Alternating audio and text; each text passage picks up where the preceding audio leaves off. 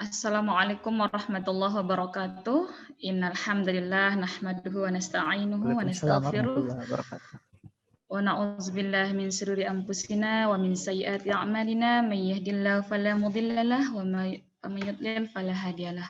Asyhadu an la ilaha illallah wa asyhadu anna Muhammadar Rasulullah alladzi la nabiyya ba'dah. Segala puji hanyalah milik Allah yang telah mempertemukan kita di dunia maya ini, ya. Insya Allah keluangan waktu yang kita lakukan untuk mengikuti workshop ini menjadi amal ibadah kita di sisi Allah. Selanjutnya, selawat serta salam ke junjungan alam Nabi besar Muhammad Sallallahu Alaihi Wasallam. Semoga nanti di akhirat kelak kita mendapatkan syafaat dari beliau. Amin ya rabbal alamin. Untuk hari ini penyusunan modul ya, modul pembelajaran offline dan online. Materi kita yang akan disampaikan oleh Ibu Pengawas Madrasah, Ibu Himmatul Fajri. Kepada beliau kami persilakan. Bismillahirrahmanirrahim. Assalamualaikum warahmatullahi wabarakatuh. Waalaikumsalam warahmatullahi wabarakatuh. Alhamdulillahirabbil alamin. Wassalatu wassalamu ala asyrafil anbiya'i wal mursalin sayyidina Muhammadin wa ala alihi wa sahbihi ajma'in. Amma ba'du. Bapak Ibu peserta MGMP Matematika Kabupaten Lombok Timur ya, yang saya hormati. Pada pagi hari ini kita akan berbicara lumayan banyak Bapak Ibu. Jadi mungkin Bapak Ibu diminta kesabarannya. Biasa kalau kita tidak langsung ya, tidak langsung berhadapan, ini mungkin ada yang mengantuk atau yang bagaimana. Nah nanti tolong Bapak Ibu cermati baik-baik karena memang ini kita berbicara tentang bagaimana kita menyusun modul pembelajaran, khususnya pembelajaran matematika. Tetapi di awal ini saya akan menyampaikan beberapa hal kaitannya dengan penyusunan modul. Itu artinya bahwa kaedah-kaedah penyusunan modul maupun bahan ajar dan lain-lain harus kita lakukan tahap demi tahap, Bapak Ibu. Kemudian nanti yang akhirnya kita bisa membuat modul yang bisa dipergunakan secara offline maupun secara virtual atau online. Nah ini nanti kami sepakat membagi materi. Saya di awal akan memberikan bagaimana langkah penyusunan modul. Tentunya kami paham bahwa Bapak Ibu pasti sudah lebih tahu dari kami tentang itu. Tetapi mari kita berdiskusi bersama apa yang harus kita siapkan sebelum kita melakukan penyusunan modul ini. Dan alhamdulillah kami dapat dari jadwal yang kemarin ya, sudah ditetapkan batasan-batasan. Iya, batasan-batasan pembelajaran. Jadinya mungkin nanti sistemnya kita akan berbagi ya. Yang modul kelas 10 untuk semester ini siapa, modul kelas 10 untuk semester genap siapa, dan begitu juga sampai dengan kelas 12. Sepertinya begitu ya informasi yang kami serap. Ya. Jadi kami yakin Bapak Ibu sudah tahu dan sudah membagi diri. Sudah dilakukan itu? Oke, good. Jadi sangat siap artinya. Baik Bapak Ibu, untuk tidak kita menghabiskan waktu lebih banyak, saya mulai dari bagaimana pengertian bahan ajar. Ini karena ya sudah kayaknya ya.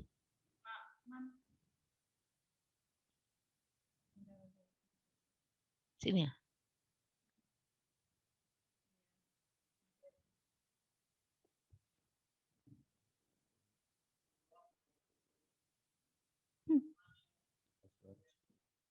Iya. Iya. Ini materinya sudah kita share. Bapak Ibu sudah melihat? Oke, baik. Oke. Jadi di pengembangan modul ini, sini.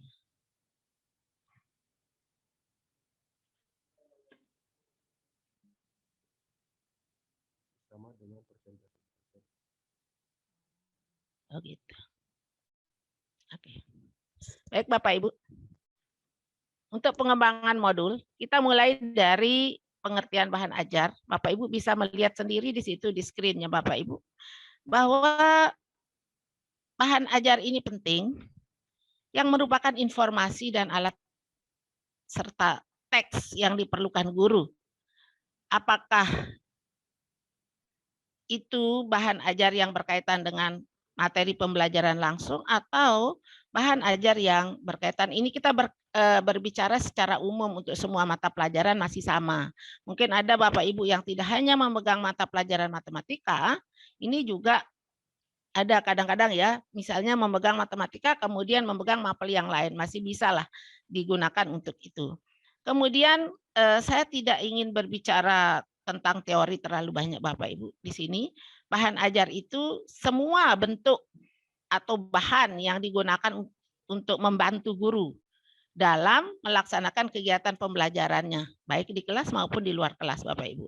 Nah, bahan yang dimaksud itu bisa berupa, nanti kita akan melihat, bisa berupa bahan yang tertulis maupun bahan yang tidak tertulis. Bapak Ibu untuk lebih maklum, nanti kalau saya sedang berbicara lalu ada yang ingin bertanya, tidak apa-apa ya. Jadi oke, nanti akan ada ininya. Jadi bahan ajar yang tertulis maupun bahan ajar yang tidak tertulis itu bisa Bapak Ibu gunakan sebagai bahan ajar. Baik. Ini sekali lagi kita tekankan bahwa seperangkat materi yang Bapak Ibu susun secara sistematis baik tertulis maupun tidak, sehingga tercipta lingkungan atau suasana yang memungkinkan siswa untuk belajar, ini masih bahan ajar. Karena nanti di dalam bahan ajar itu ada bentuknya modul, Bapak Ibu. Nanti kita peruncing menjadi bagaimana kita menyusun sebuah modul pembelajaran. Nah, kalau bahan ajar yang berbentuk cetak seperti handout, ya, buku, modul. Nah, ini nanti kita akan perkecil ruang lingkupnya menjadi modul. Lembar kerja siswa, brosur, leaflet, dan wall chart. Nah, yang berbentuk audio visual seperti video, film, dan VCD ini masih masuk kepada bahan ajar secara garis besar. Seperti yang audio, tentunya Bapak Ibu sudah tahu. Kemudian yang visual, ini bisa dilihat sendiri di sini. Tidak akan terlalu jauh saya tekankan. Multimedia, CD interaktif, dan seterusnya. Kemudian, tentunya kita nanti kalau berbicara tentang modul, maka kita akan berbicara tentang bahan ajar yang dicetak ya atau yang ditulis. Cakupan bahan ajarnya itu nanti juga akan ada di dalam cakupan modul. Di situ ada judul, ada mata pelajaran. Kalau yang masih pakai SK boleh pakai KI, kemudian KD indikator tempat. Di situ di mana kita menggunakan bahan ajar tersebut. Kemudian petunjuk belajar. Ini bisa petunjuk untuk guru dan bisa petunjuk untuk siswa. Itu juga termasuk pada bahan ajar itu karena nanti modul itu termasuk di dalam bahan ajar. Kemudian ada tujuan yang akan kita capai, Bapak Ibu. Ada informasi pendukung, kemudian latihan-latihan, petunjuk kerja, kemudian penilaian tentunya. Nah, untuk yang seperti ini, misalnya penyusunan bahan ajar, contoh untuk mata pelajaran matematika. KD Bapak Ibu bisa ambil, yang mana yang diambil terserah karena kemarin sudah diberikan batasan pelajaran. Ya, jadi nanti tergantung KD yang sudah disepakati pada batasan-batasan yang disepakati kemarin. Misalnya, karena saya maaf bukan guru matematika Bapak Ibu, jadi misalnya menjelaskan dan menentukan penyelesaian sistem persamaan dua variabel. Umpamanya, jadi ada yang linear, kuadrat, dan seterusnya ya, linear, kuadrat, dan seterusnya. Lalu materi pembelajarannya di sini atau judul bahan ajarnya, misalnya apa gitu ya, sistem persamaan dan variabel dan seterusnya. Seperti itu, 2 yang mana, 3 yang mana, tergantung dari bahan ajar yang tergantung dari batasan pembelajaran yang sudah disepakati. Nanti dari KD itu tentunya ada materi-materi, pecahan-pecahan materi yang nanti Bapak Ibu tentukan sendiri sesuai dengan kesepakatan kemarin. Kemudian kalau misalnya kita masih berbicara tentang bahan ajar, ada kompetensi intinya. Nanti silakan, ini alur penyusunan bahan ajarnya Bapak Ibu. Silakan Bapak Ibu ambil KI, kopas dari silabus, kemudian kompetensi dasarnya. Apa misalnya ini kebetulan saya ngambil contoh bahasa Inggris kemarin, karena ini materi ini tidak khusus untuk guru matematika saja. Siapa tahu nanti Bapak Ibu juga memegang mata pelajaran yang lain, bisa share juga kepada rekan-rekan guru yang lain. Seperti itu. Dari KD kita urutkan menjadi indikator, kemudian lalu indikatornya disesuaikan dengan materi pembelajaran, tentunya indikator-indikator yang sudah Bapak Ibu tetapkan pada batasan-batasan pembelajaran yang kemarin. Lalu kegiatan pembelajarannya, dan dia akan menjelma menjadi bahan ajar yang di dalamnya ada modul. Ya, yang di dalam bahan ajar itu nanti ada LKS, ada modul, ada ini dan lain-lain. Kalau lembar kegiatan siswa mungkin tidak perlu kita bahas ya. Atau kita bahas secara total dulu. Bagaimana Bapak Ibu? Oke, boleh. Oke, lembar kegiatan siswa. Jadi di sini ada lembar kegiatan siswa atau student worksheet adalah lembaran-lembaran berisi tugas yang harus dikerjakan oleh siswa. Kita sebagai, maaf ya dulu, makanya saya katakan kita, karena juga termasuk saya. Dulu ketika belum paham Bapak Ibu, LKS itu selalu kita beli dari orang lain. LKS itu dia nanti berbentuk satu buku, hampir isinya turunan blast dari buku paket. Seperti itu. Padahal lembar kerja siswa atau LKS, student worksheet itu tidak seperti itu. Harusnya gurunya, idealnya itu gurunya yang membuat sendiri. Dari mana bahannya? Tentunya gurunya yang paling tahu sesuai dengan batasan pelajaran yang sudah disepakati di awal semester seperti kita sekarang ini. Jadi lembar kegiatan itu ada petunjuknya. Memang di situ juga ada petunjuknya. Tapi materinya biasanya sudah tidak karu-karuan. Ngambil dari mana, yang penting isinya itu. Begitu. Dari tahun ke tahun sama saja. Nanti LKS tidak didukung oleh modul, tidak didukung oleh buku teks. Hanya yang dimiliki siswa adalah LKS. Itu pun penerbitnya sama aja. Dari PT Pabelan itu yang ini kan biasanya ya gitu. Nah, jadi lembar kegiatan berisi petunjuk, kemudian langkah-langkah untuk menyelesaikan suatu tugas. Itu yang penting. Tugas-tugas yang diberikan kepada siswa dapat berupa teori dan atau praktik. Ini tergantung dari materi apa yang akan kita berikan kepada siswa kita pada saat itu. Ini untuk LKS.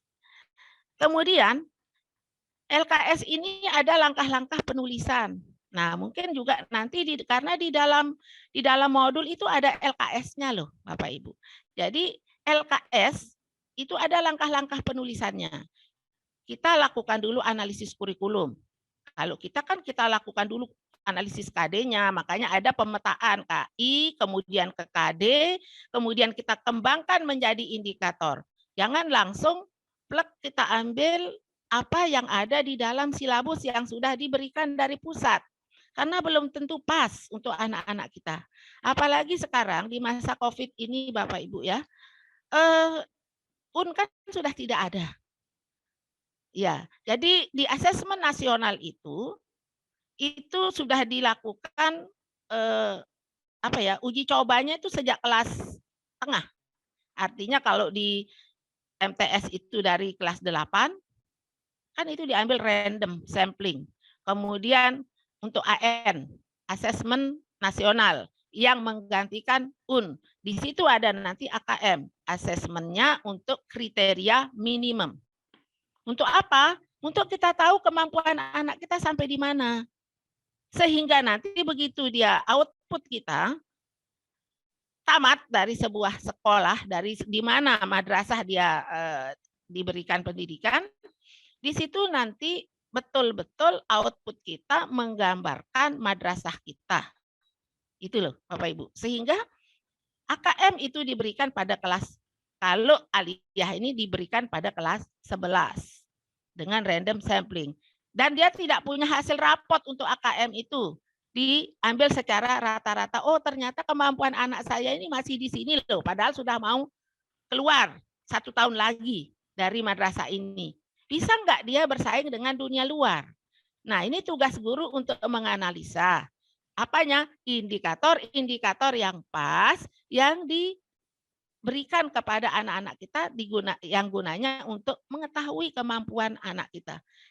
Di dalam penyusunan modul juga perlu ya dari bahan ajar yang kita mau buat, apakah bentuknya modul, apakah bentuknya LKS, apakah bentuknya apa, semua bahan ajar yang akan digunakan oleh guru itu nanti itu betul-betul berdasarkan hasil analisa kurikulum yang tepat. Makanya langkah yang kemarin menentukan batasan pembelajaran itu sudah sangat pas. Akan tetapi jangan sampai batasan pembelajaran itu kita lakukan semau kita tanpa menganalisis kebutuhan siswa kita. Ini keinginannya Pak Nadiem Makarim untuk menghapus UN dengan menerapkan AN, Asesmen Nasional, melalui AKM, ya, Asesmen Kompetensi Minimum. Ini dia. Jadi nanti modul kita itu akan mengarah ke situ Bapak Ibu, ya. Oke. Kemudian ada penyusunan peta kebutuhan LKS. Nah, ini penting. Penyusunan peta kebutuhan LKS itu tentu berdasarkan hasil analisa kebutuhan siswa pada tempat tertentu. Artinya, ketika kita pada madrasah favorit, seperti apa kebutuhan siswa kita dilihat dari hasil AKM anak kita. Khususnya yang nanti di kelas 12. Supaya dia bisa kita pertanggungjawabkan, output kita itu bisa kita pertanggungjawabkan ketika dia bersaing di dunia luar. Karena apa? Nilai UN-nya itu enggak dipakai untuk masuk ke perguruan tinggi, tetapi hasil rapot. Hasil rapotnya itu secara nasional tentunya. Berarti nanti indikator-indikator yang kita berikan itu harus bisa bersaing dengan dunia luar. Jadinya misal kita di desa, nilai standar minimum anak kita terlalu rendah, umpamanya begitu ya. Maka nanti untuk dia bisa lulus dari tempat kita, standar indikator bisa dibuat menjadi, tetapi tidak keluar dari KD. Itu maksudnya. Kemudian menentukan judul LKS-nya seperti apa, menulis LKS, menentukan alat penilaian. Ini LKS. Strukturnya LKS secara umum bisa dilihat, ada judul, kemudian mata pelajaran, semester, tempat petunjuk belajar, kompetensi yang akan dicapai, indikator, dan seterusnya. Ini hampir sama nanti dengan modul Bapak Ibu. Nah, bagaimana bahan ajar versus buku teks? Apa bedanya bahan ajar dengan buku teks? Sering kita katakan bahwa bahan ajar itu turunan dari buku teks, belum tentu. Karena bahan ajar bisa diambil dari mana-mana. Bisa diambil dari sumber apa saja. Buku teks juga demikian, tergantung dari kurikulum. Nah, bahan ajar merupakan bahan atau materi pembelajaran yang disusun secara sistematis. Ingat, yang disusun secara sistematis yang digunakan oleh guru dan siswa, garis besarnya di sini, guru dan siswa disusun secara sistematis, digunakan oleh guru dan siswa dalam kegiatan belajar mengajar. Nah, kalau buku teks, nah ini kan sering kita sedikit agak-agak ini. Buku teks itu merupakan sumber informasi yang disusun dengan struktur dan urutan berdasarkan bidang ilmu tertentu. Ini buku teks. Jadi buku teks matematika itu belum tentu bisa digunakan oleh siswa, tapi pegangan guru. Ini buku teks matematika. Kalau bahan ajar matematika bisa diturunkan dari buku teks, bisa diturunkan dari sumber lain. Itu bahan ajar kita. Karena nanti bisa jadi seperti handout, bisa jadi modul, bisa jadi LKS. Itu bahan ajar kita. Itu loh, Bapak Ibu ya. Jadi jangan kita terkontaminasi dengan ini LKS sudah ada dah, ini jadi ini kita jadi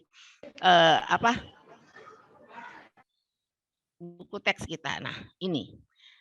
Bahan ajar ini harus bisa menimbulkan minat baca, termasuk modul. Ingat ya, termasuk modul. Karena kita berbicara tentang modul nanti ini secara khusus. Ditulis dan dirancang untuk siswa.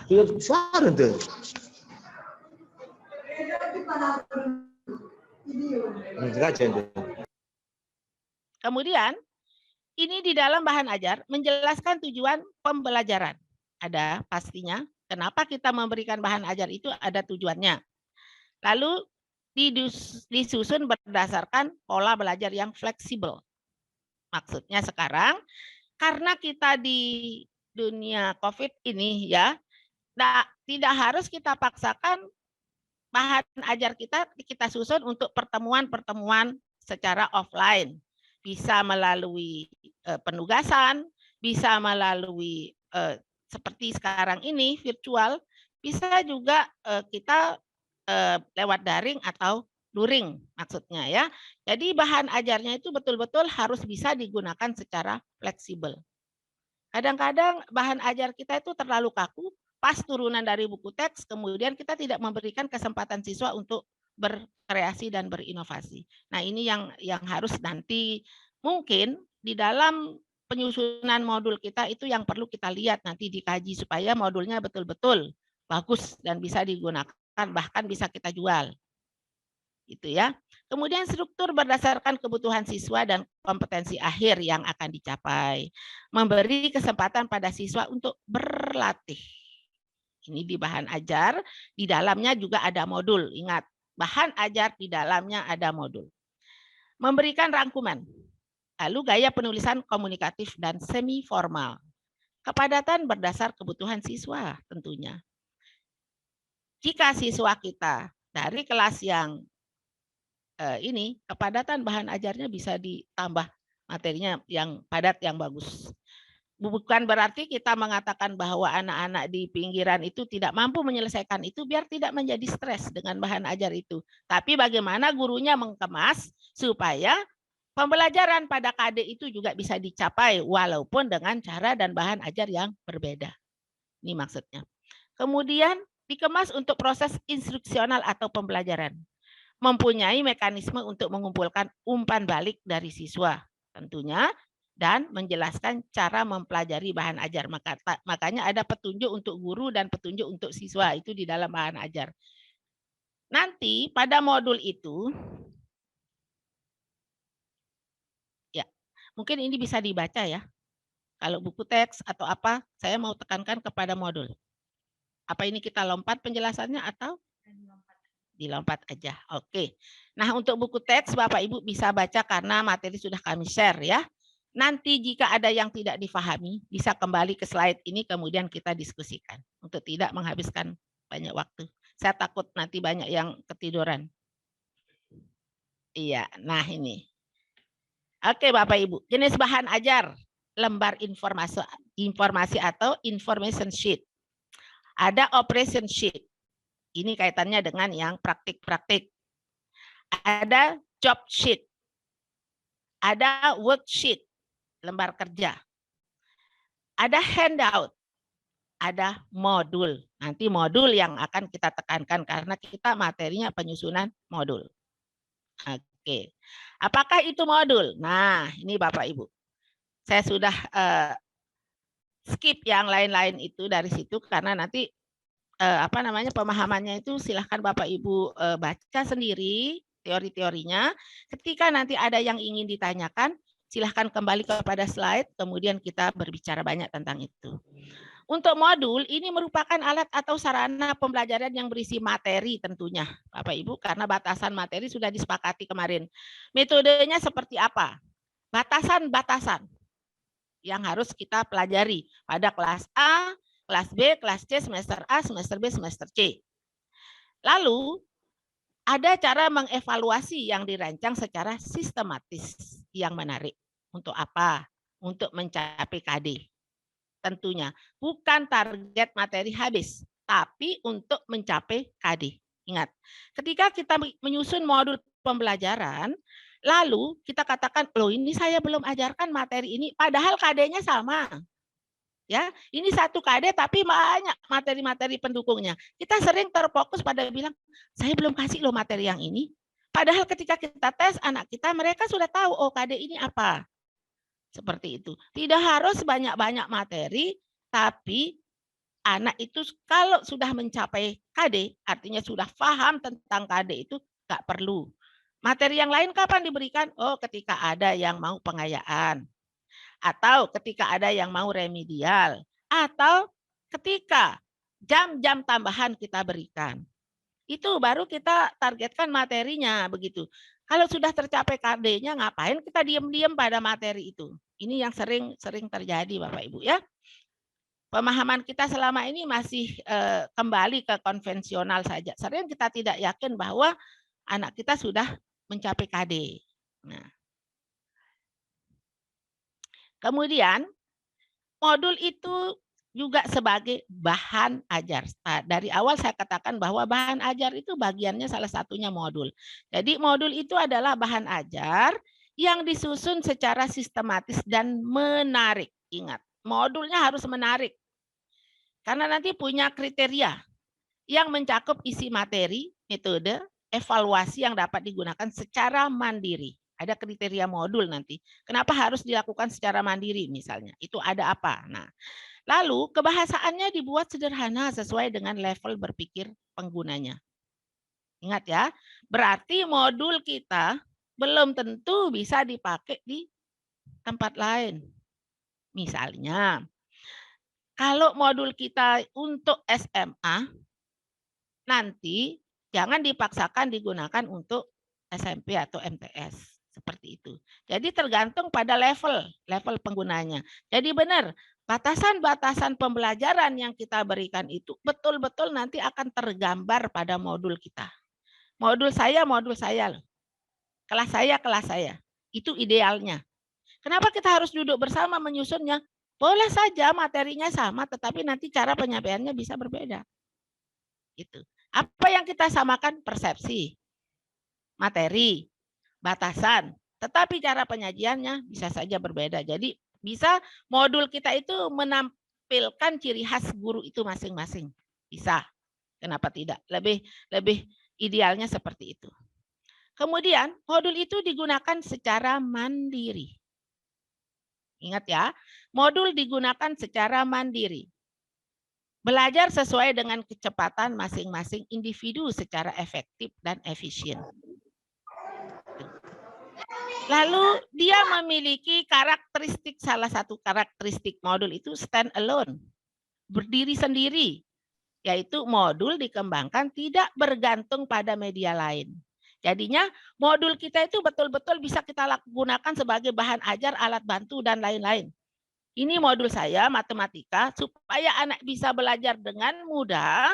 Di situ ada petunjuknya, di sini ada contoh gambarnya, di sini langsung di dalam modul itu ada medianya. Itu maksudnya, misal media gambar, ya, dan lain-lainnya. Itu modul. Kemudian bersahabat dengan usernya atau pemakainya. Begitu. Jadi dia akan membantu kemudahan pemakai untuk direspon atau diakses. Betul-betul modul itu akan memberikan kemudahan bagi guru maupun siswa. Ini. Kemudian dia mampu membelajarkan diri sendiri. Kan kita kalau pelatihan ya, misal pelatihan ke Balai Diklat, dikasih modul. Di dalam modul itu ada contoh soal, malah di dalam modul itu ada kunci jawabannya di belakang. Ini kalau misal kita lihat, kadang-kadang kita tidak, udah dikasih modul, tiba-tiba kita sudah pretest ya. Pretest, posttest, padahal di situ sudah ada sebenarnya. Cuman kita aja yang males buka modul segini tebal. Padahal sudah ada contoh soalnya, cara penyelesaiannya, kemudian medianya, dan seterusnya ada di dalam modul itu. Terus sekarang berarti ada kuncinya. Iya. Oke, kalau dulu kan di belakang itu sudah ada kuncinya ya.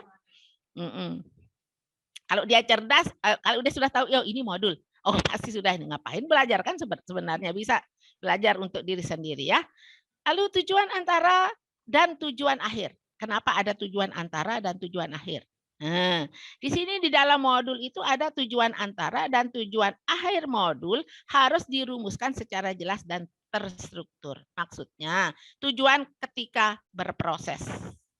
Misalnya Pada modul ini kita akan menyelesaikan pembelajaran matematika pada KD, persamaan linear seperti tadi. Contohnya ya. Nanti di dalam pembelajaran itu, proses pembelajaran itu kira-kira tujuannya apa? Oh, sebelum dia mencapai kepada tujuan akhir, dia harus bisa ini dulu. Dia harus langkah step-stepnya itu loh. Kan anak-anak dulu untuk menyelesaikan persamaan itu, ini dulu yang harus dia kuasai gitu ya. Tidak harus langsung kepada akhirnya. Kan dia punya step. Ada cara cepat, ada cara, kalau dulu saya waktu sekolah ya, ada almarhum Bapak guru saya, Pak Haji Lalu Kudsi. Beliau sangat luar biasa matematika. Di SMA saya diajar, sini kamu kalau ini, dari mana kamu tahu ini hasilnya? Kalau kita yang nanya, Pak dari mana kok dia bisa begini? Dari dasar lekong katanya. Karena beliau dari dasar lekong. Tapi kalau kita yang ditanya, dari mana ini? Oh, dari saya sih Pak. Kok bisa kamu pede sekali? Coba uraikan. Nah ini maksud saya, tujuan antara nanti dengan tujuan akhir di dalam modul itu harus sinkron. Ketika proses pembelajarannya, anak itu harus bisa apa? Step awal, dia bisa apa dulu, baru dia bisa apa, kemudian dia bisa kemana. Nanti tujuan akhirnya dia harus bisa menyelesaikan persamaan kuadrat itu. Misalnya seperti itu. Saya tidak tahu sih kalau matematika ya, tetapi setidaknya seperti itu. Kemudian materi dikemas dalam unit-unit kecil yang tuntas. Itu. Dari unit-unit kecil dan harus dia tuntas materi itu. Tersedia contoh-contoh, ilustrasi yang jelas, sehingga dia tidak butuh media lain. Itu modul. Tidak seperti LKS. Beda ya. Kalau LKS itu kan soal, ya. Kemudian di situ ada materi, ada soal. Itu LKS. Tapi kalau modul itu sudah ada ini gambarnya, kemudian ini caranya, semuanya lengkap, itu modul. Jadinya dia berdiri sendiri, enggak butuh dia kita bawa gambar, enggak butuh dia kita bawa ini dan seterusnya, itu modul. Jangan sampai nanti modul kita itu mentah. Gitu. Jadi kita tiba-tiba hadir ini, coba kamu buka modul. Mana inimu, mana inimu. Di modul itu tidak butuh lagi yang lain-lain, karena itu sudah lengkap selengkap-lengkapnya. Gitu. Kemudian tersedia soal-soal latihan. Mana yang jadi soal latihan untuk harian, mana yang jadi soal latihan untuk pada saat itu, pada saat proses pembelajaran, makanya ada tujuan antara. Jadi kita bisa lihat apakah tercapai pada tujuan antara itu. Ketika kita belajar di dalam kelas, anak itu bisa ngapain? Gitu. Ada tujuan antara di situ. Kemudian tugas sejenisnya, materinya up to date dan kontekstual. Berarti modul itu tidak sekali kita buat sepanjang hayat. Gitu ya. Materinya itu harus betul-betul dikaji setiap saat kita ini. Jadi dia harus up to date materinya. Jangan sampai modul itu dibuat sekarang sampai menjadi pegangan beberapa tahun. Boleh, tapi dilihat ya. Bisa, masih bisa enggak digunakan. Kalau udah ada materi yang ini, maka silahkan diganti materinya. Maka nanti ini tujuan akhir kita ini selain modul offline, kita juga bisa membuat e-modul supaya gampang nanti mengganti materi-materinya, begitu ya. Kemudian bahasa sederhana lugas komunikatif. Terdapat rangkuman materi pembelajaran. Di dalam modul harus ada rangkuman materi pembelajaran. Tersedia instrumen penilaian yang memungkinkan peserta didik. Saya lihat peserta diklat karena kita diklat ya. Peserta didik melakukan self assessment. Jadi mereka bisa melakukan penilaian sendiri. Evaluasi diri dilakukan di dalam pembelajaran melalui modul kita. Mereka bisa lakukan itu. Bisa mengukur tingkat penguasaan materi diri sendiri. Ini modul. Betul-betul yang Bapak Ibu ambil materinya sekarang ini modul ini tepat. Karena kalau sekedar LKS semua kita bisa buat. Tapi kalau menyusun modul ini amat sangat membutuhkan perhatian dan diskusi yang seksama. Lalu di dalam modul juga terdapat umpan balik atas penilaian peserta didik. Terdapat informasi tentang rujukan, pengayaan, atau referensi yang mendukung materi. Itu ya.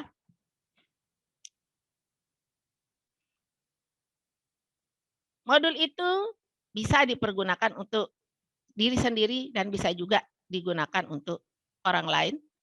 Dan modul itu tujuannya bukan untuk saya sendiri yang membuat, tetapi ingat kepada siapa kita berikan modul itu.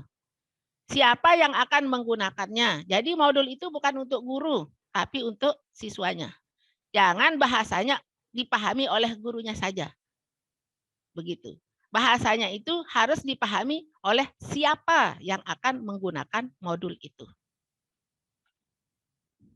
Itu maksudnya ya. Sampai di sini mungkin diberikan dulu kesempatan untuk bertanya. Silahkan Bapak Ibu, siapa yang akan bertanya? Kami beri waktu.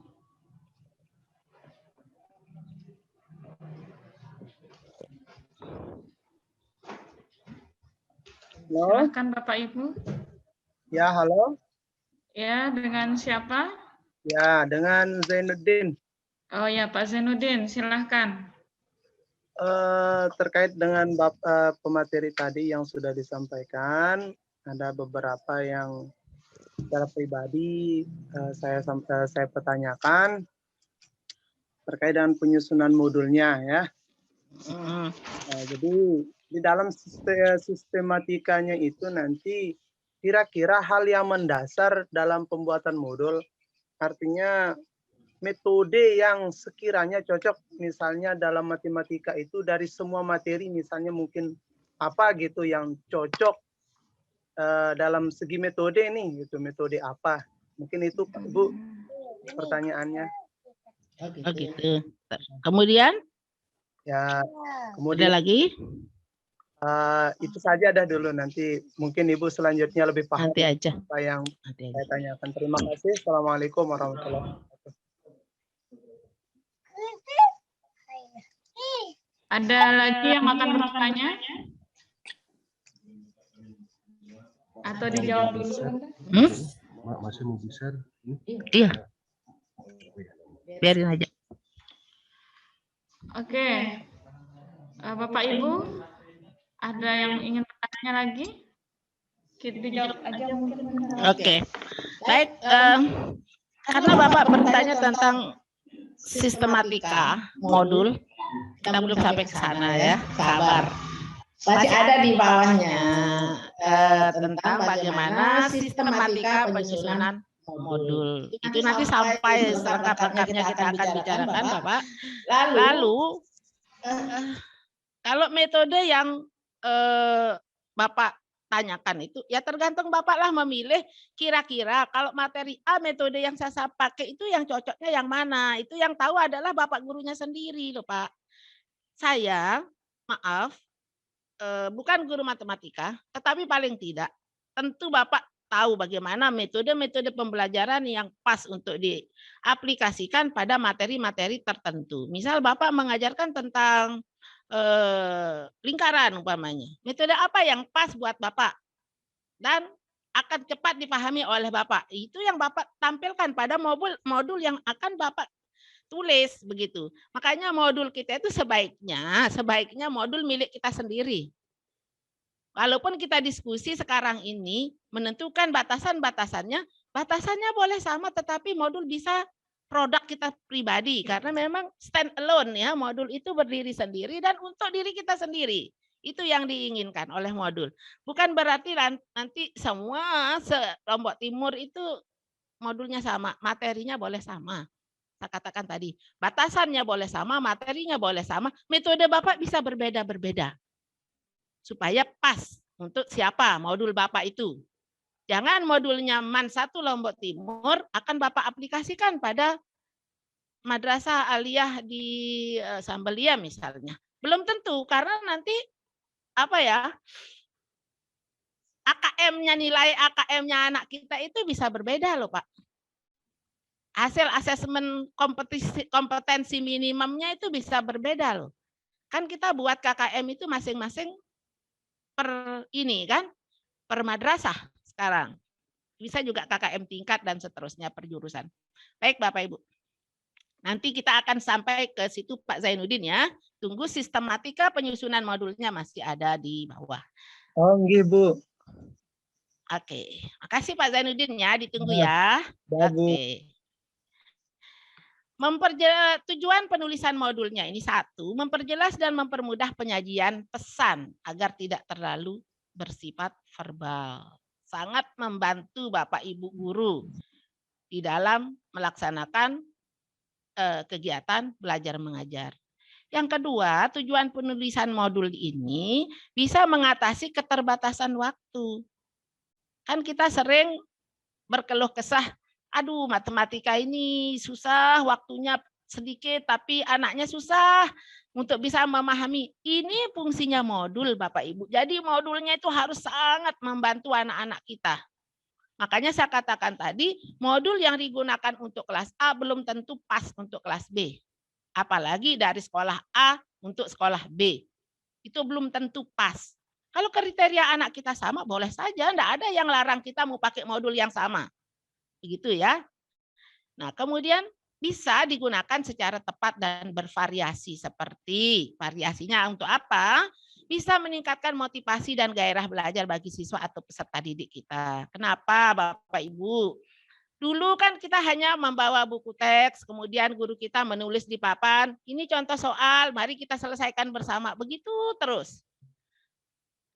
Maka yang bisa jadi bisa, yang tidak bisa tetap tidak bisa. Ini dulu pengalaman saya waktu dulu, nggak tahu sekarang. Kemudian modul itu harus bisa mengembangkan kemampuan peserta didik kita dalam berinteraksi langsung dengan lingkungan dan sumber belajar lainnya. Modul itu bisa memungkinkan siswa atau peserta didik belajar mandiri sesuai kemampuan dan minatnya.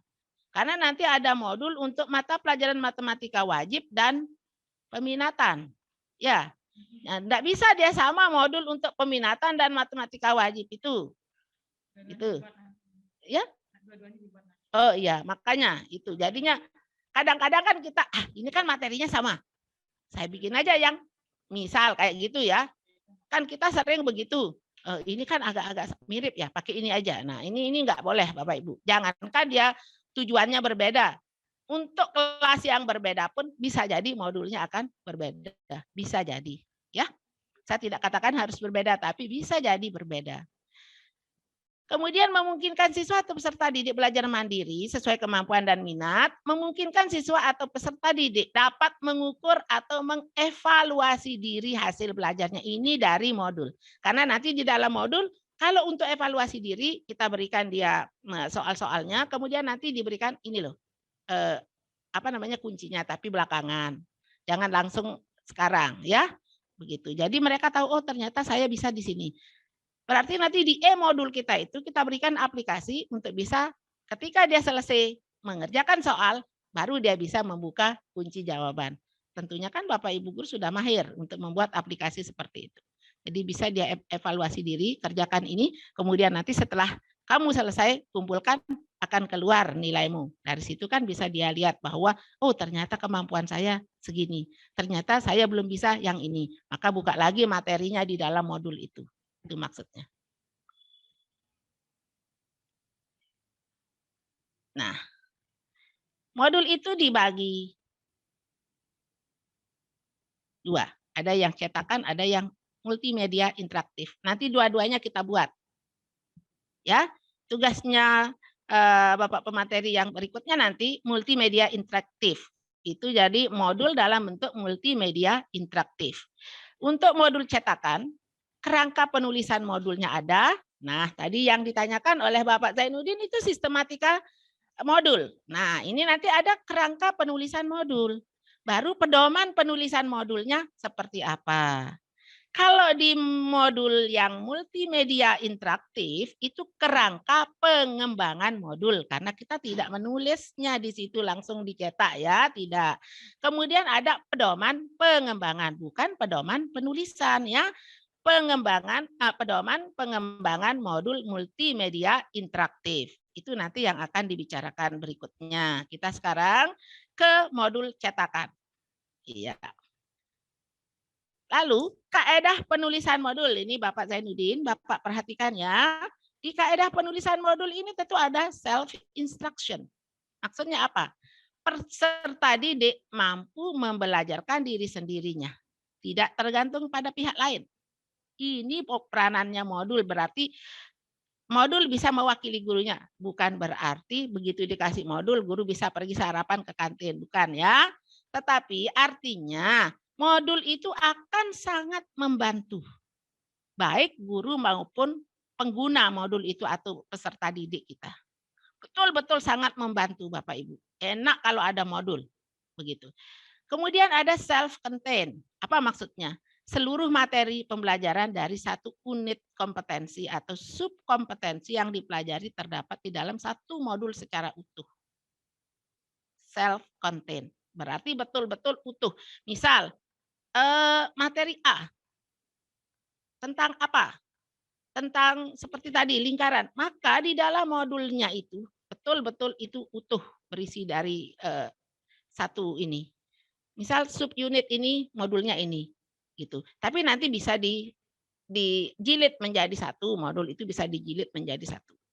Artinya tidak terpisah-terpisah. Tetapi isinya mandiri-mandiri. Itu masih bisa. Kemudian, sekali lagi, karakternya stand alone, modul memuat modul manual atau multimedia yang dikembangkan tidak tergantung pada media lain atau tidak harus digunakan bersama-sama dengan media lain. Seperti tadi, harus kita bawa jangka dan seterusnya gitu ya. Kalau dulu kan guru matematika kita banyak yang dibawa ke kelas, ada penggaris, ada siku-siku, ada apa namanya ini, busur derajat. Lalu dia bawa jangka, belum dia menggambar, belum dia ngukur sudut dan seterusnya itu sudah mateng, nggak ada. Besok dah ini PR. PR itu besok lagi dibahas lagi di papan, nggak ada ini dan itu. Bahkan buku matematika pun kita tidak punya. Yang punya hanya guru. Itu dulu waktu saya, makanya saya tidak pintar matematika, Bapak Ibu, walaupun saya SMA-nya jurusan IPA dan IPS. Ya, saya ngambil 2. Di SMA jurusan IPA, di aliyah jurusan IPS. Biar tahu. Ya, 2 skalanya pagi sore. Jadi 2 ijazahnya. Ijazah IPA dan ijazah IPS. Kalau orang berbicara matematika sedikit tahulah. Tidak banyak tahu karena bukan jadi guru matematika. Kemudian modulnya itu harus adaptif. Apa maksudnya Bapak Ibu? Modul hendaknya memiliki daya adaptif yang tinggi terhadap perkembangan ilmu dan teknologi. Nah, jadi modul itu tidak hanya misalnya materinya matematika tentang ini. Bagaimana dia bisa mengambil materi-materi pengembangan yang kaitannya dengan misal. Kalau matematika dikaitkan dengan ilmu apa? Itu masih bisa. Ngeling maksud saya. Materi-materinya itu tidak hanya terfokus pada yang ada di buku teksnya saja. Bisa jadi kita ngambil dari mana, tetapi tentang pokok bahasan yang sama. Itu. Dia adaptif, dia bisa beradaptasi maksudnya ya.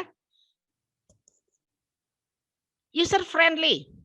Modul itu hendaknya juga memenuhi kaedah bersahabat atau akrab dengan pemakainya. Jangan sampai modul itu menjadi asing. Jadi modul itu menjadi kesayangan penggunanya. Dia menjadi sahabat dekatnya. Dari mana? Karena di situ dia dapat kemudahan. Di situ dia cepat paham. Dari situ tidak perlu cari-cari media-media yang lain. Betul-betul lengkap itu isinya modul yang baik. Kemudian konsistensinya dalam penggunaan font tentunya ada ya. Kalau ini kaedah bahasa Indonesia, nanti ini bisa dibaca sendiri. Artinya bagaimana besar hurufnya ketika kita menulis pada kertas legal dan seterusnya. Ada spasinya, ada tata letak atau layout. Saya pikir ini tidak perlu kita bahas panjang lebar. Formatnya bisa kolom tunggal atau multi, format kertas vertikal atau horizontal, itu tergantung. Icon yang mudah ditangkap. Kalau ini nantilah Bapak Ibu yang tahu, ya, nggak perlu kita ini. Ini kemudian organisasinya. Bagaimana? Tampilkan peta atau bagan. Kemudian urutan dan susunan yang sistematis. Tempatkan naskah, gambar, dan ilustrasi yang menarik. supaya bersahabat. Antar bab, antar unit, antar paragraf dengan susunan dan alur yang mudah dipahami. Judul, subjudul, kegiatan belajar dan uraian yang mudah diikuti. Ini. Lalu apa yang menjadi daya tarik di dalam modul itu? Dia harus mengkombinasikan warna, gambar atau ilustrasi, kemudian bentuk dan ukuran huruf yang serasi. Bukan seperti buku-buku teks biasa. Jadinya di dalam modul itu betul-betul ketika dibuka sama anak, wah ini bagus, wah ini begini, wah ini begini, gitu. Betul-betul menjadi sesuatu yang sangat menarik. Menempatkan rangsangan-rangsangan berupa gambar atau ilustrasi. Pencetakan huruf tebal, miring, garis bawah, dan atau warna. Ini juga ada caranya. Tugas dan latihan yang dikemas sedemikian rupa. Itu. Nanti bisa dibaca. Ada ruang spasi atau kosong. Gunakan spasi atau ruang kosong tanpa naskah atau tanpa gambar untuk menambah kontras penampilan modul. Kenapa? Bisa di dalam situ anak-anak memberikan catatan-catatan penting. Di dalam ruang yang kosong. Ada maksudnya. Jadi tidak semuanya berisi padat. Situ kita berikan mungkin di dalam pembatasan antara satu bab atau satu bahasan, mungkin ada spasi dengan warna yang berbeda kertasnya. Kalau saya dulu begitu. Jadi enak. Saya punya pegangan sendiri, catatan sendiri, hampir seperti modul dulu waktu saya SMA untuk misal, saya bawa buku besar untuk matematika, fisika, kimia, biologi. Nanti di dalam masing-masing kalau catatan saya loh ya, saya kasih ada siswa saya dulu sekarang jadi guru kimia, dia di Lembar. Namanya Ibu Lydia, ingat saya. Saya berikan itu, buku saya itu, saya tulis seperti modul. Waktu saya masih SMA. Itu saya berikan, karena saya lihat dia sangat tekun, ini loh saya kasih hadiah kamu buku catatan saya besar. Antara pembahasan-pembahasan yang lain, satu dengan yang lainnya, saya berikan space, ruang kosong. Itu saya berikan pakai warna-warna yang berbeda. Ketika dia merah berarti catatannya penting. Ketika dia hijau ini rumus-rumus yang sudah saya kuasai. Ketika kuning saya masih harus latihan lagi. Itu ada coding-coding yang bisa kita berikan. Di dalam modul kita itu pun mesti kita berikan coding seperti itu di dalam space. Kalau saran saya ya, karena ini pernah saya buat, pernah saya lakukan. Jadi gunakan spasi atau ruang kosong tanpa naskah atau gambar untuk menambah kontras penampilan modul. Tidak hanya itu ternyata, anak-anak bisa memberikan catatan-catatan pentingnya pada space-space yang tadi itu. Bisa kita berikan beberapa warna. Gitu. Nah, kerangka penyusunan modul, ini Pak Zainuddin, saya lagi hafal namanya Pak Zainuddin yang bertanya. Kerangka penyusunan modulnya itu ada halaman sampul. Ada halaman Francis. What is it? Halaman Francis, di sini betul-betul judulnya saja. Nanti bisa dikasih gambar, bisa dikasih ilustrasi biar menarik ya. Kalau halaman sampul kan di situ ada alamat dan seterusnya. Judul langsung alamat, ada misalnya apa, siapa namanya. Kalau halaman Francisnya itu betul-betul di bawah halaman sampul itu ada itu. Hanya judulnya doang, kemudian dikasih ilustrasi. Apa misalnya ya. Kemudian kata pengantar, daftar isi, peta kedudukan modul, ada glosarium. Nah ini pendahuluannya ada A, deskripsinya, B, prasyarat, C, ada petunjuk penggunaan modul, itu di dalam pendahuluan. Lalu penjelasannya bagi peserta didik atau siswa, peran guru antara lain itu apa, dan seterusnya. Di dalam modul itu sudah ada tertulis seperti itu. Kemudian tujuan akhir ada kompetensi, ada cek kemampuan. Artinya alat evaluasi. Ini Bapak Ibu ya. Nah, lalu rencana pembelajaran peserta didik di pembelajaran 2. Kegiatan belajarnya, lalu kegiatan belajar itu apa? Tujuan pembelajaran, uraian materi, ada rangkuman, ada tugas, ada tes di situ, kunci jawaban formatif. Kalau kita mau, ini optional ya, boleh ditampilkan, boleh tidak. Disembunyikan dulu kalau di dalam e-modulnya nanti Bapak Ibu. Untuk kunci jawaban formatif bisa disembunyikan dulu. Ketika dia sudah selesai menyelesaikan tugas atau tes, baru bisa dibuka. Ya.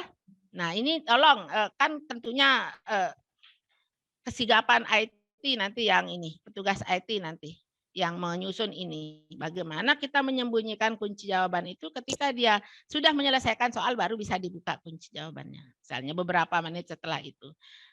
Baru lembar kerja. Kemudian ada kegiatan belajar 2, kegiatan belajar 3, dan seterusnya tergantung pada berapa banyak materi KD yang sesuai dengan batasan yang kemarin. Jadi pada kegiatan pembelajaran 1 itu mana ada mesti ada tujuannya, ada uraiannya dan seterusnya sampai G ini, Pak Ibu ya. Nanti kegiatan belajar berikutnya apa materinya, tergantung batasan yang disepakati. Sampai kegiatan belajar N. Ini kan matematika begitu ya. Titik-titik sampai N gitu loh. Seingat saya kalau saya tidak salah. Itu. Kemudian dievaluasi nanti ada cognitive skill.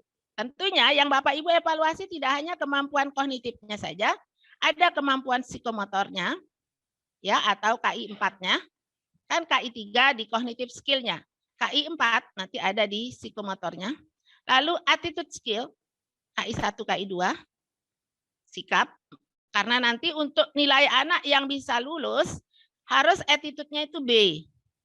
Begitu ya. Tidak harus tetapi attitude-nya itu B dengan nilai rapot antara kognitif dan psikomotoriknya itu juga bagus. Produk atau benda kerja sesuai dengan kriteria standar. Ada hasil. Batasan waktu yang telah ditetapkan. Ada kunci jawaban. Ini dievaluasi. Makanya dari awal saya katakan pasti ada kunci jawabannya kalau di modul, gitu ya. Tapi kalau sekarang kita tidak mau ada kunci jawaban, silakan disembunyikan saja. Seperti apa? Nah, baru nanti penutup. Iya. Nah, ini. Bagaimana sih kita menyusun modul itu? Apa dulu yang kita lakukan? Kemarin Bapak Ibu sudah lakukan. Kita lakukan kajian KTSP. Maaf Bapak Ibu ya. Jangan pemahaman kita terlalu sempit tentang KTSP.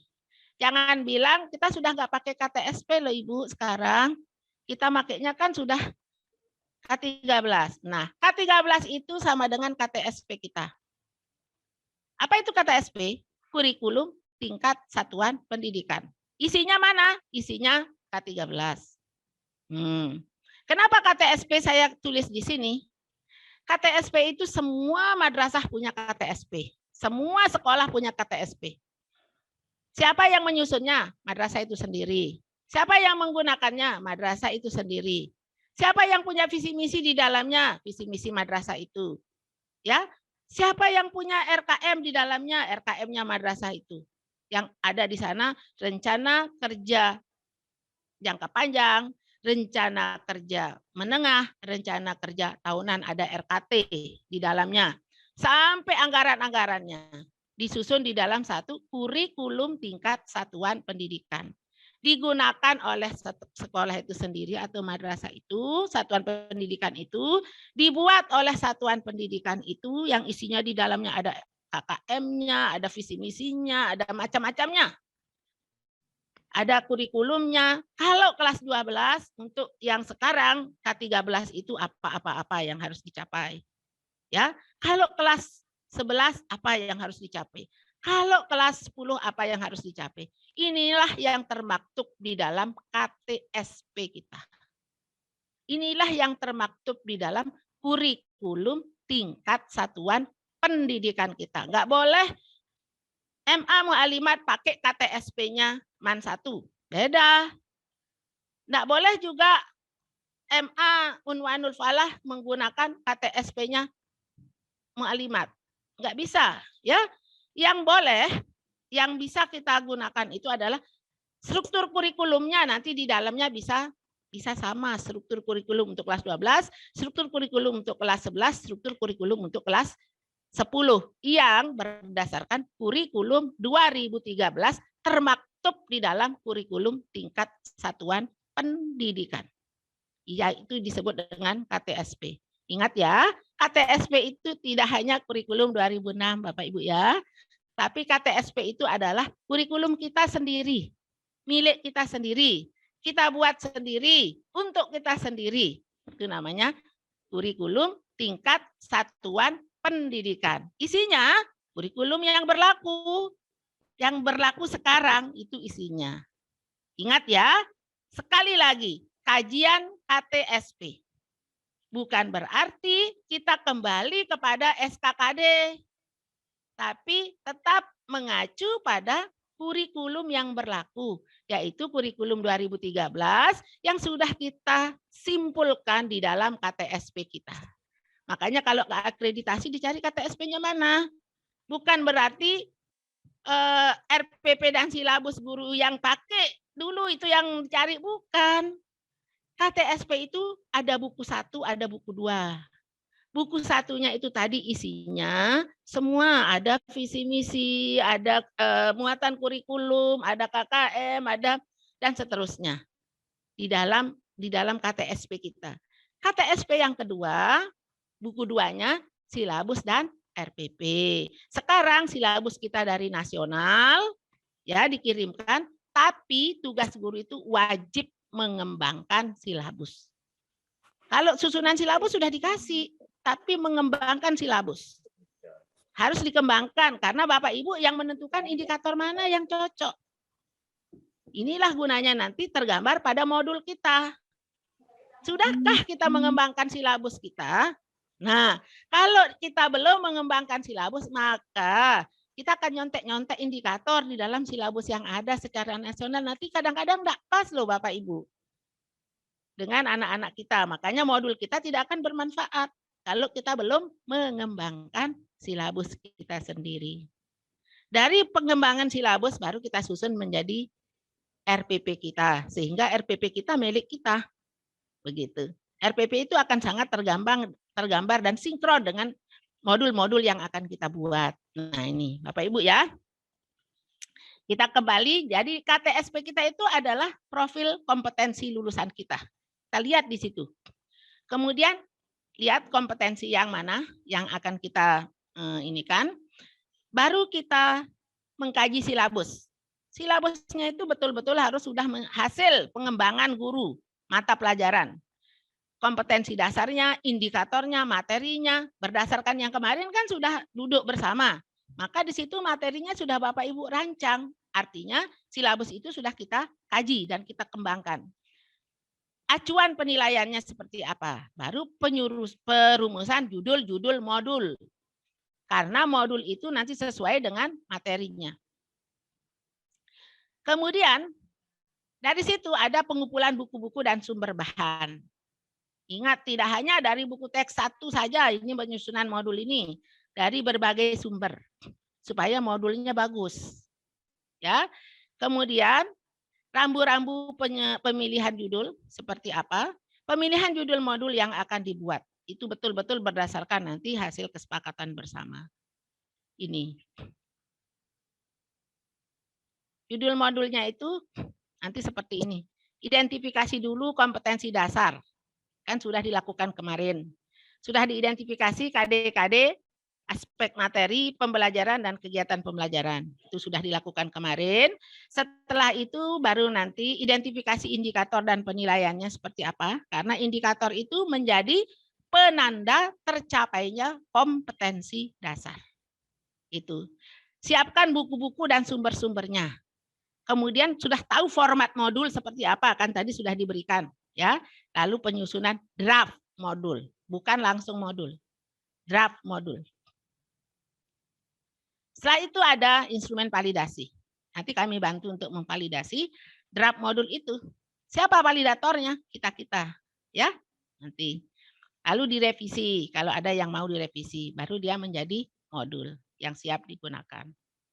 Ya, kiat penyusun modul bisa dilihat di sini Bapak Ibu. Ya, kalau ini sudah bisa dibaca karena ini tata bahasa Indonesia, ya. Nanti bisa dibaca sendiri. Ada struktur kalimat, alenia, paragraf, penggunaan ilustrasi dalam modul. Ada ini Bapak Ibu bisa lihat tujuan akhirnya seperti apa. Nah, perumusan tujuan akhir berisi pernyataan pencapaian kompetensi sesuai persyaratan atau apa saja. Apa yang kita inginkan. Rumusan tujuan tersebut harus memuat kinerja yang diharapkan, kriteria keberhasilannya sampai di mana, kondisi atau variabel yang diberikan kepada anak. Tentunya sesuaikan dengan kelas. Contoh tujuan akhir misalnya. Contohnya ini loh. Nanti bisa diinikan.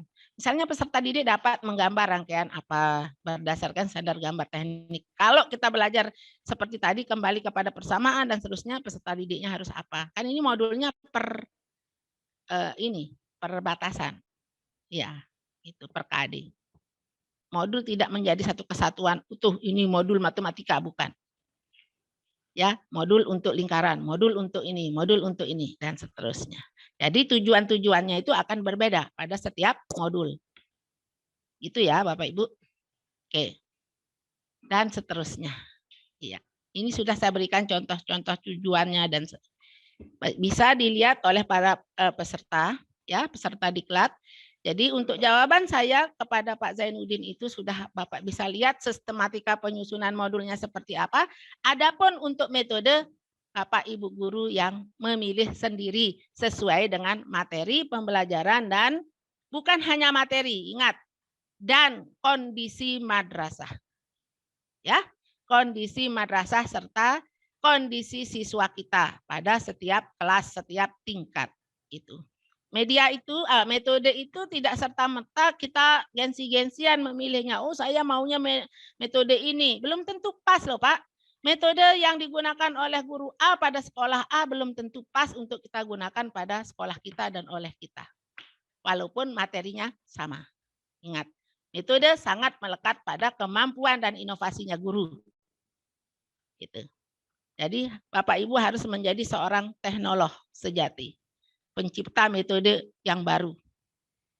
Tidak harus teknolog itu menggunakan elektronik ya, teknologi, tetapi kemampuan Bapak Ibu menciptakan sesuatu yang baru yaitu yang disebut dengan seorang teknolog. Jadinya tolong Bapak Ibu nanti cari metode-metode, misal orang belum menggunakan, saya pakai metode ini penemuan saya, silakan kasih nama, enggak masalah. Boleh aja ya. Saya rangkai metode ini dan ini misalnya. Seperti itu. Jadi Bapak Ibu bisa menjadi seorang inovator sejati dalam penciptaan sebuah metode. Silahkan Bapak Zainuddin ya, gunakan metode Bapak metode yang ampuh, yang Bapak menjadi metode andalan Bapak untuk menyampaikan materi-materi Bapak sesuai dengan modul Bapak. Oke, terima kasih. Oke, terima kasih Bu Ida. Mungkin ada masih Bapak Ibu yang masih kurang jelas tentang modul, biar kita nanti lebih enak dalam bekerja. Silahkan Bapak Ibu, kami berikan waktu.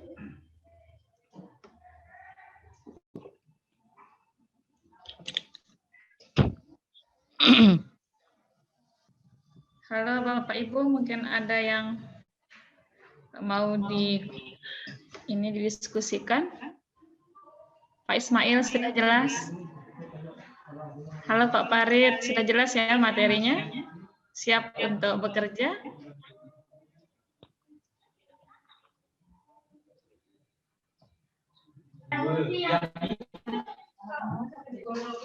Sedikit mungkin ada yang saya mau tanyakan.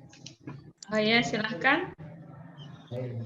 Terkait kan kemudian saya berasal dari kelompok 3 lalu pegang matematika peminatan untuk kelas 3. Atas nama? Atas nama Laudatur Jannah. Sesuai namanya saja mungkin matematika peminatan gitu ya.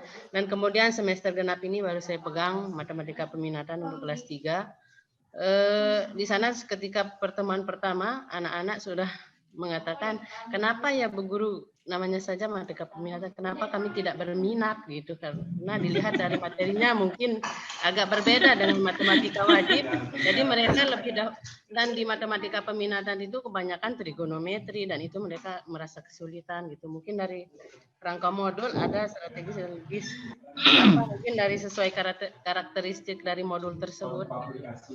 Karena mereka sudah beranggapan bahwa kenapa kami tidak berminat-minat dari semester ganjil, dari kelas 2 juga, dari kelas 1 gitu katanya. Nah, jadi solusi modul yang sesuai dengan karakteristik yang tadi mungkin cara membuat mereka biar termotivasi setelah melihat mungkin modul, judul, materi.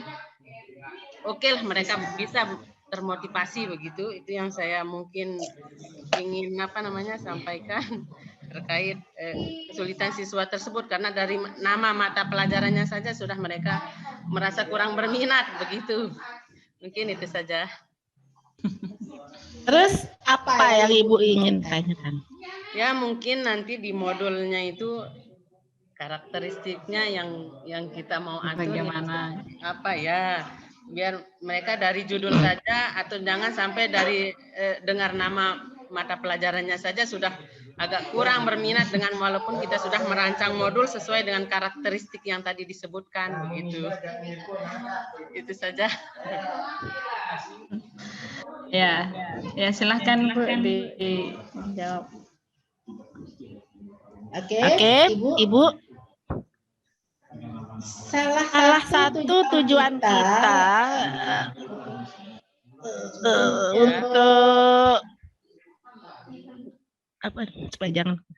untuk menyusun modul itu adalah seperti yang Ibu inginkan, supaya anak itu tidak menganggap matematika itu adalah momok. Nah, yang paling tahu bagaimana cara menarik perhatiannya anak-anaknya Ibu itu ya Ibu sendiri tentunya. Saya kembalikan kepada Ibu. Sudah saya berikan tadi pemaparan tentang bagaimana cara Ibu menyusun modul. Udah ada cara-caranya, udah ada kriterianya, udah ada yang harus Ibu tampilkan. Salah satu tips pun sudah saya berikan. Bagaimana Ibu memberikan space dengan warna-warna kertas yang berbeda. Bisa Ibu, kalau kita kreatif, kita bisa memberikan di situ ada gambar-gambar dengan tampilan-tampilan yang menarik, tentunya yang memudahkan mereka untuk memahami itu. Yang tidak berminat supaya menjadi berminat. Ini tujuan kita. Jadi tujuan penyusunan modul itu salah satunya itu. Membuat menarik perhatian anak-anak kita yang tadinya ketika datang guru matematikanya, mereka akan mengambil posisi di belakang, bisa tidur. Ini kan yang sering terjadi, Bu. Tugas kita sebagai guru itu ya begitu. Harus ada beberapa kriteria menjadi guru yang baik. Salah satunya adalah keep control, Ibu ya. Kita selalu mengontrol anak kita. Ketika anak saya tidur, apa iya dia yang salah anak itu? Mungkin saya yang jadi guru ini kurang inovatif. Mungkin metode yang saya berikan itu kurang tepat. Mungkin modul yang saya tampilkan itu kurang menarik. Mungkin medianya belum pas. Dan seterusnya dan seterusnya. Lebih baik kembalikan kekurangan-kekurangan itu pada diri kita sendiri. Tidak selalu kita mengkambing hitamkan anak. Karena anak-anak itu, wah matematika itu sulit. Jangan. Makanya matematika itu sesuatu yang menarik. Buat dia dari penampilan modul kita yang sangat menarik. Ini gunanya kita di MGMP. Mari kita musyawarah. Duduk bersama. Bagaimana menciptakan sebuah pembelajaran yang betul-betul menarik. Khususnya untuk mata pelajaran yang tidak diminati, biar menjadi sebuah peminatan yang dirindukan. Jadi kehadiran Ibu akan dirindukan. Dengan cara apa? Tentunya dengan berinovasi. Kita siap bekerja sama loh, Bu. Ya, oke. Baik Ibu, saya pikir tidak bisa saya berikan Ibu jawaban yang harus begini loh Bu, karena seperti tadi kita harus meneliti dulu di mana kita mengajar, siapa yang kita ajar, lalu minatnya seperti apa. Baru saya bisa katakan bahwa oh cocoknya pakai metode ini, lalu seperti ini dan seterusnya. Begitu ya Ibu ya. Baik Ibu Laudatul Jannah. Mana Pak Dede mengajar Pak Dede. Oke, itu mungkin ya jawaban dari pemateri kita. Kalau boleh saya menambahkan, hadirkanlah wajah-wajah murid kita di sepertiga doa kita di akhir malam. Insya Allah ketika hati mereka sudah kita dapatkan, mereka akan mudah dan senang dengan kita gitu, insya Allah. Oke, silahkan Bapak Ibu yang lain mungkin ada yang bisa kita diskusikan untuk modul ini sebelum kita action. Halo Bapak Ibu. Pak Tajdidi mungkin ada yang mau diskusikan.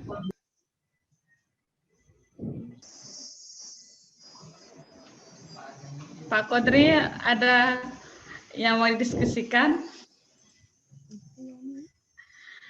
Oke, kayaknya sementara udah pada paham ini ya. Ya, mudah-mudahan. Ya. Oke, semangat Bu Raudatul Jannah, karena mungkin begini Bunda, di materi matematika peminatan khususnya kelas 12 ya, 12 peminatan, kayaknya ada kesalahan materi seperti itu. Karena dasar matematika peluang binomial ya, itu harusnya dipelajari dulu di matematika wajib gitu dasarnya. Akan tetapi ternyata oleh pemerintah dijadikan waktunya sama antara dasarnya dengan kelanjutannya, itu mungkin yang membuat keluh kesah guru matematika peminatan ini dalam menjelaskan materi, sehingga mungkin guru matematika wajib itu yang mungkin ini perlu kita bicarakan nanti ya di pertemuan MGMP berikutnya, apakah boleh Bunda kita itu tidak sesuai mengajarnya itu dengan urutan silabus yang diberikan oleh pemerintah. Ya.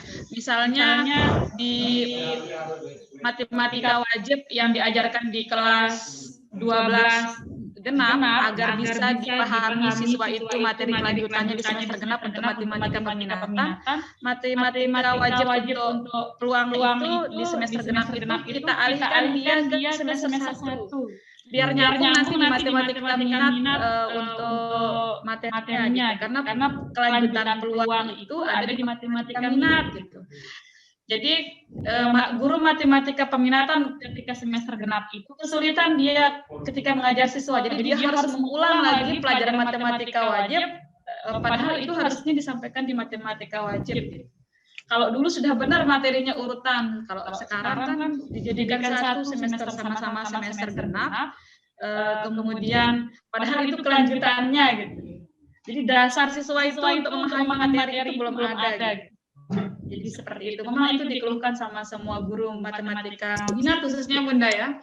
Kebetulan saya matematika wajib, jadi guru itu sering bertanya sama siswa itu, udah sampai mana matematika wajib gitu untuk melanjutkan materinya. Jadi dengan akhirnya gitu ya, guru matematika minat harus mengulang harus mengajarkan matematika wajib dulu gitu dalam waktu yang bersamaan agar untuk memudahkan siswa itu untuk memahami materi matematika minat. Mungkin itu Bunda, apakah bisa gitu materi itu tidak sesuai dengan silabus yang diberikan pemerintah gitu. Kita misal khususnya kita sepakat nih untuk guru matematika Kabupaten Lombok Timur saja yang begitu, atau bagaimana mungkin Bunda? Baik, saya jawab ya.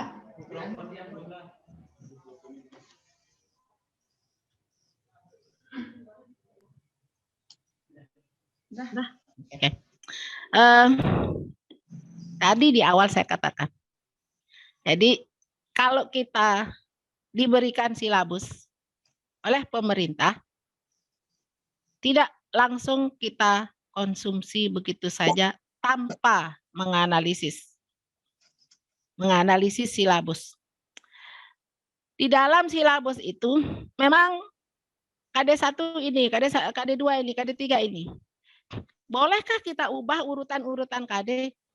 Kalau di dalam satu semester, dulu ini ya, sebelum COVID, di dalam satu semester boleh. Rombak dia, urutannya itu boleh. Dalam satu semester, sebelum COVID. Saya katakan sebelum COVID ya, karena nanti ini akan kita bicara lagi pada saat ini. Pada sebelum COVID itu, ketika kita disuruh mengembangkan silabus, itu tugasnya guru. Analisa dia mana KD-KD yang cocok diberikan duluan, kemudian belakangan. Itu.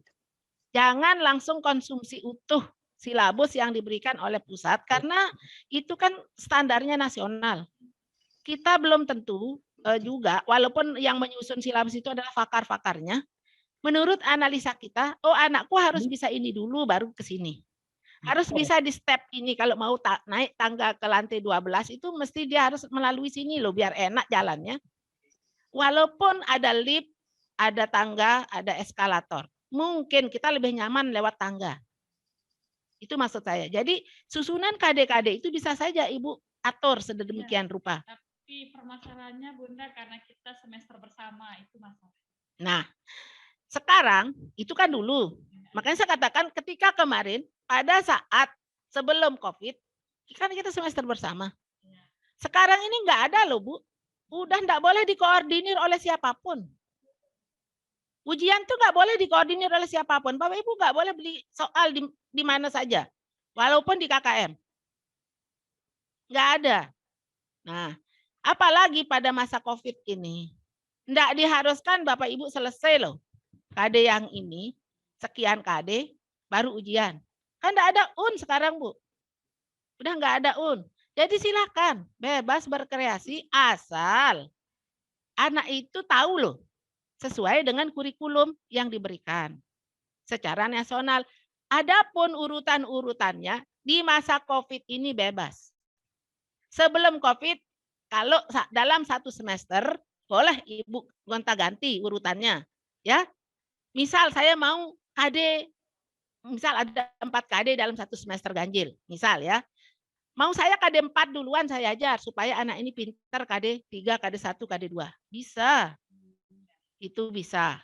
Ya, tergantung dari analisisnya Ibu. Maka nanti lahir silabusnya Ibu berdasarkan pengembangan pribadi tentunya berstandar pada silabus nasional. Boleh. Tidak ada yang larang. Nah, apalagi sekarang ini. Sekarang ini kita bebas. Mau kayak gimana? Silakan diajar dulu materi yang mendukung untuk materi peminatan itu. Baru dia masukkan di silabusnya Ibu. Tidak masalah. Itu ya. Dan karena nanti kita ujian sendiri loh. Yang penting kita bisa mempertanggungjawabkan output kita bisa bersaing di dunia global. Saya kan maunya begini supaya anak saya bisa. Ini loh. Supaya nilai UTBK-nya oke. Bisa ngambil universitas-universitas maju. Itu. Jadi silakan Ibu berinovasi, tidak masalah. Sangat bebas sekarang di masa COVID ini, di masa pandemi ini. Sebelumnya kemarin, jangan loncat-loncat ke, misal, materi yang harus diajarkan di semester 1, jangan ditukar dengan materi semester 2. Kenapa? Karena Ibu ujian bersama. Sekarang kan yang uji adalah gurunya sendiri, mau pakai yang mana silakan. Itu ya, dipercayakan kepada guru masing-masing. Oke Ibu ya, jadi sangat oke loh kalau sekarang ini. Maka modulnya itu betul-betul harus menggambarkan, mau saya kayak, makanya di awal tadi saya katakan bahwa modul itu tidak harus sama se-Kabupaten Lombok Timur untuk guru A dengan guru B. Tapi kenapa diskusi? Biar kita duduk bersama menyusunnya dengan kerangka sistematika yang sama, yang bagus, saling masuki, tetapi kayak gimana metode dan seterusnya itu tergantung guru masing-masing begitu. Biar oke loh modulnya. Oke, alhamdulillah kayaknya kita ada angin segar ya. Kalau mungkin untuk semester ini kita tidak bisa lagi ya untuk ini perubahan karena sudah mau selesai kelas 12 ya. Insya Allah mungkin tahun depan kita lebih awal lagi untuk merencanakan batasan pembelajaran. Kita semua duduk bersama, mudah-mudahan COVID segera berlalu. Sehingga nanti mungkin kita perlu kayak seperti tadi ya, jangan sampai kalau bisa peluang itu di semester 1 untuk matematika wajib, biar peluang binomialnya itu di semester genap untuk matematika peminatan ya Bu ya. Terkait dengan karena kita sebagai seorang guru belajar sepanjang hayat ya, bukan hanya siswa yang selalu belajar, BDK Denpasar masih membuka peluang untuk diklat, banyak sekali diklat. Nanti kami akan share Bu, Bapak Ibu guru mungkin ada yang ingin untuk belajar bagaimana strategi kita agar siswa itu senang gitu ya. Ada nanti diklat model-model pembelajaran namanya, batas pendaftaran sampai tanggal 13 Februari. Nanti kami akan share di grup MGMP kita. Gratis Bapak Ibu pendaftarannya, dan ada diklat PTK yang sampai 2 bulan gitu. Tapi bagaimana kita terus belajar agar insya Allah matematika itu tidak menakutkan, apalagi diawali dengan masuk dengan senyum yang indah dari kita Bapak Ibu guru, insya Allah siswa kita tidak ada yang takut Kak sama matematika ya.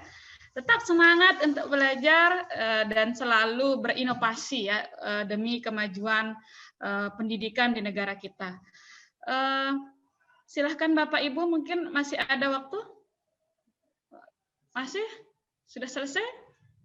Kalau tidak mau dilanjutkan sama Pak. Oh ya, kita akan melanjutkan materi sesi berikutnya tentang modul, tapi ini modul elektronik ya yang akan disampaikan oleh Bapak guru kita, Bapak pengawas Pak Muslimin SPD.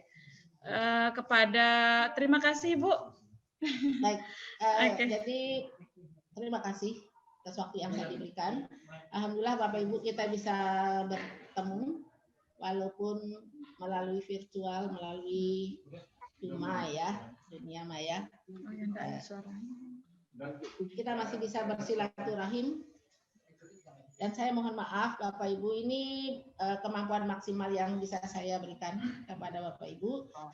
Bisa nanti berdiskusi secara offline, bisa juga melalui WA atau sosmed yang lainnya. Silakan Bapak Ibu, kami tunggu. Nanti kami akan tetap memantau perkembangan penyusunan modul ini. Insya Allah kalau kami masih dipercaya untuk bisa berdiskusi bersama.